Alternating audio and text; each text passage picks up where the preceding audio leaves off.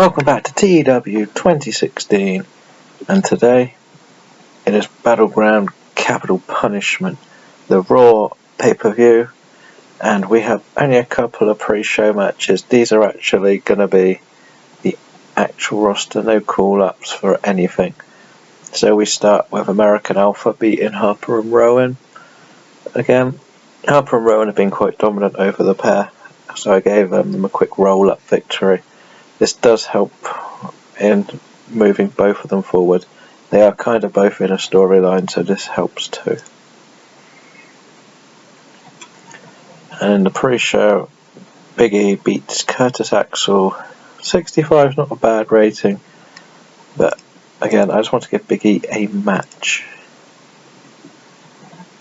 And the final, I think there's two more. There's obviously Certified G's beat Crime Time. This is simple enough. I wanted Certified G's to have a win on the night. They weren't going to be on the main card in a match, so this is their best option. And this was just a filler. The last four guys who weren't on the roster facing each other for the last four on the show, so I put Carlito to win, and we have a injury, so we'll see how bad that is. And it was Carlito's fault. Carlito was moaning that he wasn't going to win that match when I originally booked it, so that's an interesting twist. We open the show with a video just hyping for four big matches.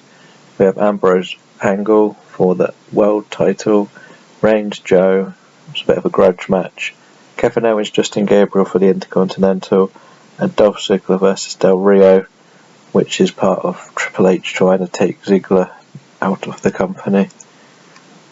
They're all simple enough. Solid start. Now this is for number one contendership for the Intercontinental Championship. I put Sami Zayn to win, and I want to keep the Miz and Roderick Strong's little thing going because I like where it's going. They're getting solid matches. I think they could bring in a couple of other people that I could use the Social Outcast to help the Miz, then have another tag team come and help Roderick Strong, so I've got a few ideas going for that one. Sami Zayn was in it just to promote him a little bit, and he'll work well with Strong and the Miz. So, and afterwards the Miz attacks Roderick Strong, or goes to attack Roderick Strong, only to end up eating Roderick Strong's finisher. Okay, let's continue in the storyline. This is for the television TV title, or the TV title. On Raw, I wanted a lower card title, so it feels like they're actually fighting for something. And I put that Adrian Neville wins. I think he's the strongest of these six, and this shows that he probably is, of the 58. A lot of improvement throughout the whole lot. This has plenty of potential rivalries. We could have Neville versus Shelley Sabin, even Ty Dillinger, Evan Bourne, so great early show matches lined up here. And Neville celebrates in the ring. First champion, keep him at that. The New Day 3, which is Xavier and Rocky Romero, beat the Ascension when they finally overcome the odds. The whole point of this storyline is the Ascension don't think they're ready to work these two. They've been beating them in singles, beating them in odd 3-on-3 matches, so the New Day finally get the win and can start heading back in the right direction in the tag team division.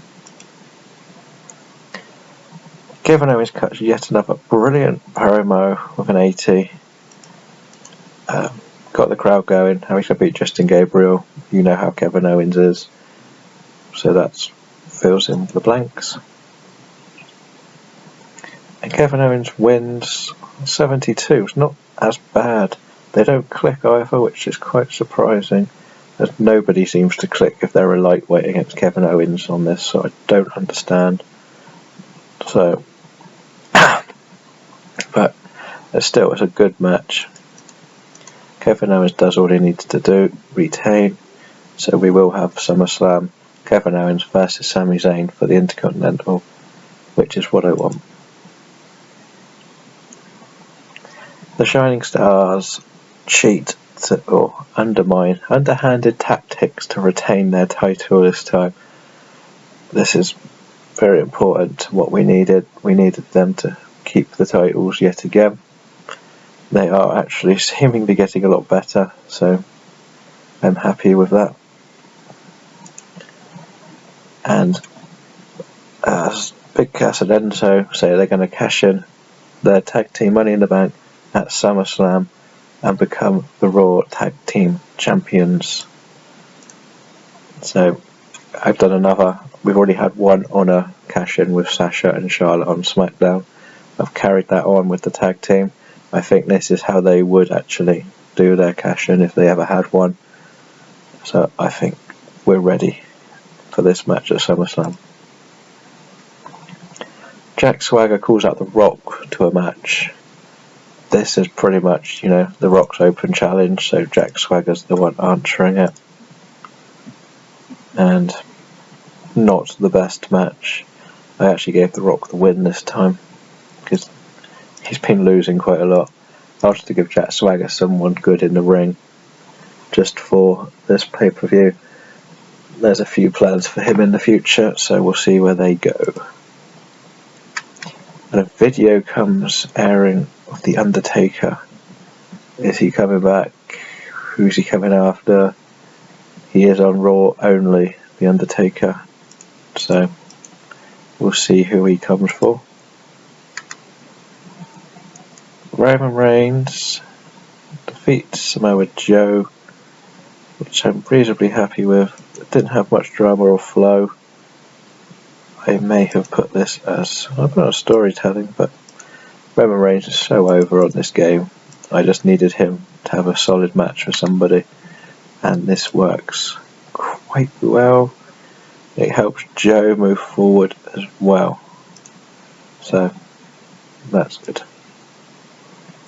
But afterwards, Samoa Joe brutally attacks Roman Reigns again. He's furious that he lost that match to what he thinks was a lucky spear, and he puts Roman Reigns through the announce table, sending a true message that it's not over between those two. And this is a great rating of 85. In this match, Dolph Ziggler defeats Del Rio with the zigzag, and it's a brilliant 82 rating. This was always going to happen. Dolph Ziggler winning this. Del Rio's rating has crashed on this. The crowd are buzzing, absolutely brilliant. And then we go on to the next segment.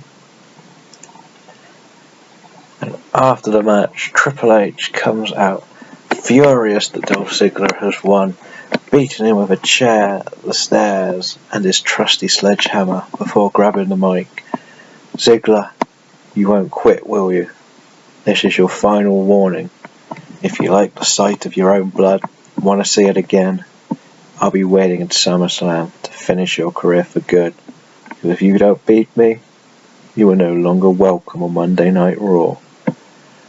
And you start to see Ziggler stare, and Triple H picks him up, pedigrees him on the ramp to end the segment.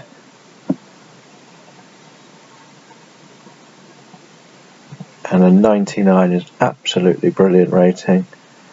So this is another SummerSlam match set. We're going to have Triple H versus Dolph Ziggler for Ziggler's job, basically, on Raw.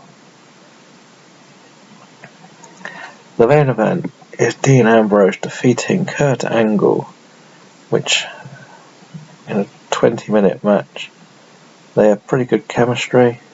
And the most shocking thing is this is not as good a match as the last one.